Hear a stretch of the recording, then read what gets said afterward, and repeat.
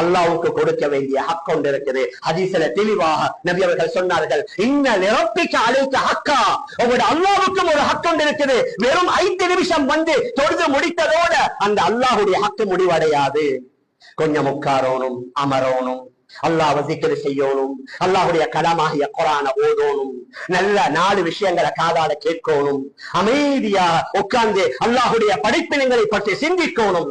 மேலான பெரியார்களே, அன்பிற்குரிய கணவான்களே, சகோதரர்களே, அதனால நாங்க பார்க்கலாம், உலகம் எங்கேயோ போய்கொண்டிருக்கிறது. இந்த சோசியல் மீடியாவின் மூலமாக எத்தனையோ பேர்களுடைய வாழ்க்கை சீரழிந்து சின்ன பின்னமாகி இவர் அவரை ஏசுற, அவர் இவரை ஏசுற, அதற்கு பின்னால் அது பெரிய சண்டையாக மாறி அடிப்பொடியாக மாறி சில வேளங்கள்ல கணவன் மனைவியுடைய பிரிவு கூட ஏற்படுது.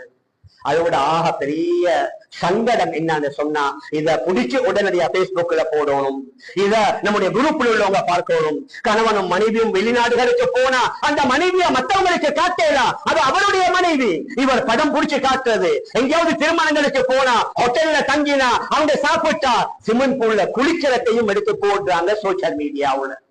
அதை விட பெரிய ஒரு சங்கடம் என்னன்னா, லைஃப்ல ஒரே ஒரு பைத்துல்லாவுக்கு போறது, தவாஃப் செய்ய, அங்க அல்லாஹ்வுடைய அந்த சிந்தனையோட ஒரு உருக்கமா தவாஃப் கூட செய்யலாம். அங்கேயும் செல்ஃபி எடுத்து, என்ன காபத்துல்லாவை கண்டு இல்லையா?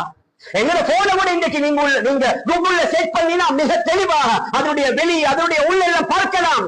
என்ன மக்களுக்கு காட்டுவதற்கு, நான் உம்ராவுக்கு போனேன், நான் மக்காவுக்கு போனேன், நான் மதீனாவுக்கு போனேன். நபியுடைய அந்த மதீனாவுல ரவுலாவுக்கு முன்னால பெரிய கஷ்டம் என்னண்டா, அங்க சலாம் சொன்ன போனவர்களுடைய வாயில சலாம் இல்ல.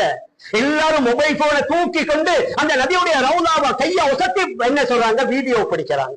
என்ன காட்டணுமாம், நாங்க மதீனாவுல இருக்கிறோம், நாங்க ரவுதாவுல இருக்கிறோம். நான் எதை சொல்ல வாரேன், ஜனாசாவை வச்சுக்கொண்டு அங்க செல்ஃபி, அங்க சிரிக்கணுமா, ஜனாசா ஒரு கவலை, அந்த கவலையில அங்கேயும் போட்டோ பிடிச்சு கொண்டு சில நேரங்கள்ல மகனோ மகளோ போரின் இருக்கிறாரு, ஒரே ஒரு தடவை கொஞ்சம் வாப்பாவா பார்க்கணும், அது பிரச்சனை இல்ல, வாரங்கள் எல்லாத்தையும் வச்சுக்கொண்டு ஜனாசாவை வைத்துக் கொண்டு அங்கேயும் செல்ஃபி, மையவாடியிலையும் செல்ஃபி, மஸ்ஜிதுக்குள்ள நடக்கிற அமல்களையும் பிடித்து. மேலான பெரியார்களே, சகோதரர்களே, ஒரு பயங்கரமான உலகத்துல நானும் நீங்களும் வாழ்ந்து கொண்டிருக்கிறோம். அதனால உலகத்தை கட்டுப்படுத்தலாம், இந்த நாட்டு மக்களை கட்டுப்படுத்தலாம். ஆனா நான் என்ன கட்டுப்படுத்தலாம், நீங்க உங்களோட கட்டுப்படுத்தலாம். வீட்டில் உள்ள பெரியவர்கள் தங்களை கட்டுப்படுத்தினா சிறியவர்கள் கட்டுப்படுவார்கள். வாப்பா கண்ட்ரோல் இல்லாம மகனை கண்ட்ரோல் பண்ணலாம், உண்மை தன்னை கட்டுப்படுத்தாம மகளை கட்டுப்படுத்தலாம். மேலான பெரியார்களே, சகோதரர்களே, எங்களை அறியாமல் லட்சக்கணக்கான பாவங்களுக்கு அல்லாஹ் பாதுகாக்கணும். நாங்க காரணிகளாக மாறிவிடுவோம். என்ன நபியுடைய காலத்துல நேரம் இல்ல, சில உண்மையை கூட சொல்வதற்கு நபி ஸல்லல்லாஹு அலைஹி வஸல்லம் வேணாம்ண்டாங்க. உண்மைதான். அதனால வார எல்லாத்தையும் மக்கள்